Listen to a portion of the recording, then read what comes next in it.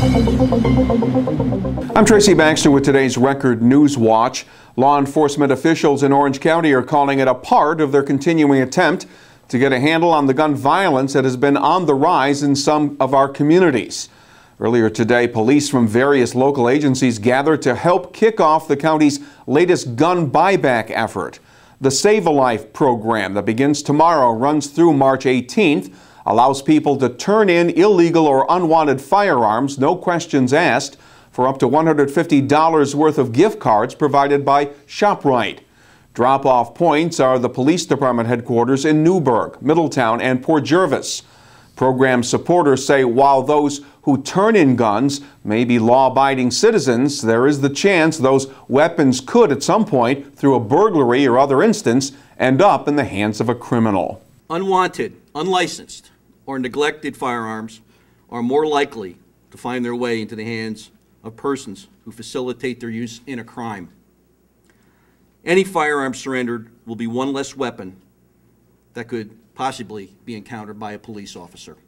Several hundred guns off the street or out of homes.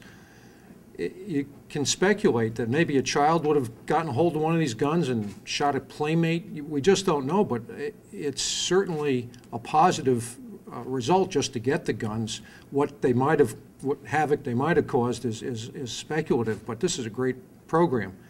And that's a criticism that, well, we don't know what it does, but I think anybody, especially the people behind me who are wearing badges and guns, are the most appreciative that these guns are off the streets, because the potential for death or serious physical injury is there anytime someone has a gun in their home. Orange County held two previous gun buyback programs, one in 2007, when 198 firearms were turned in, and then again in 2010 when 217 guns were brought in. A poll out today conducted by the Siena Research Institute shows overwhelming support for sections of Governor Cuomo's newly approved gun control legislation. Those polled support banning assault weapons by a margin of 73% to 26%. Increasing penalties on those who purchase illegal guns was favored by 91% of those responding. But the Siena poll found that 52% of voters don't favor placing armed guards in New York State's schools. Port Jervis Police Chief William Warden says his department is awaiting the final report from the County Medical Examiner's Office before releasing any further information regarding the suspicious death and fire at a Mountain Avenue residence back on Tuesday. The body of 35-year-old Tyrochelle Houghton was discovered inside the residence by firefighters. The cause of her death has not yet been revealed. Another man in the house, 38-year-old David Stevenson, suffered burns and was found outside by responding firemen. Also no word yet on what touched off the blaze that badly damaged the interior of the house. In Ulster County, a former treasurer for the Woodstock Fire Company faces up to 15 years in prison after pleading guilty to embezzling more than $200,000 from fire company coffers. According to the district attorney's office, 64-year-old Dale Hughes filed the plea to a grand larceny charge for stealing the money over a 5-year period. An audit conducted by the state comptroller's office discovered that Hughes had made out 83 checks to cash, then cashed them himself. He'll be sentenced March 13th. The stolen funds include about $21,000 taken from pancake breakfast fundraisers. Town of Newburgh police have been getting the word from local residents over the past several weeks. They were complaining about suspected drug sales taking place in an apartment. The investigation resulted in a raid Wednesday at the Innes Avenue residence, where 24-year-old Carlos Valentin III, the apartment resident, was arrested, then charged with felony heroin possession, along with marijuana possession and criminal use of drug paraphernalia. In Kingston this morning, 21 people were rounded up in a drug raid that included the arrest of 14 suspected members of 3 local street gangs. For the second time in a week, an area police department has had to shoot pit bulls.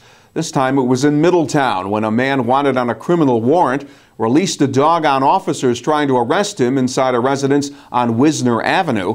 The dog was shot after it reportedly lunged at 2 officers. Then, while the suspect, 32-year-old Sean Beach, was being tasered and handcuffed, Another pit bull escaped from a cage and charged an officer. That dog was also shot. Neither dog survived. Beach was charged with a felony attempted assault and resisting arrest. Back on Sunday, a pit bull was shot by police in Kingston after it was released by a man who was also in the process of getting arrested on an outstanding criminal warrant.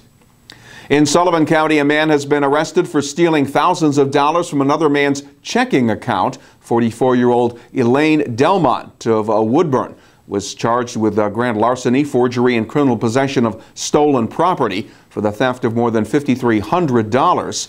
State police investigators say Delmont stole a number of checks from a Mountaindale resident. Then during the past several months, police say he forged and cashed the checks at several locations throughout Sullivan County. And it's something many of us take for granted, easy access to broadband internet. But that's not the case in rural sections of Sullivan and Orange counties. And to correct that lack of high-speed internet service, Senator Charles Schumer wants the Federal Communications Commission to make $485 million available to increase access in low-density population areas, like places like Berryville, Narrowsburg, and Coshocton Center. Schumer made his pitch for money from the Connect America program during a visit to Orange County's Business Accelerator office in New Windsor. Schumer says FCC rules need to be relaxed that currently restrict the funding to companies that can provide broadband services for less than $775 per household. Schumer says making the internet more accessible will also help businesses in remote areas create websites to showcase their products and services. Looks like sunshine will warm things up a little at the start of the weekend. As for Friday, it will be mostly sunny with temperatures reaching only the low 30s. Saturday will be mostly sunny and a little milder with the highs in the 40 to 45 degree range. Colder weather expected to move in by late Sunday. We'll start your day with the news and information you'll find in tomorrow's Times Herald Record. And when news breaks, you will find it right here at Record Online. For Record Newswatch, I'm Tracy Baxter.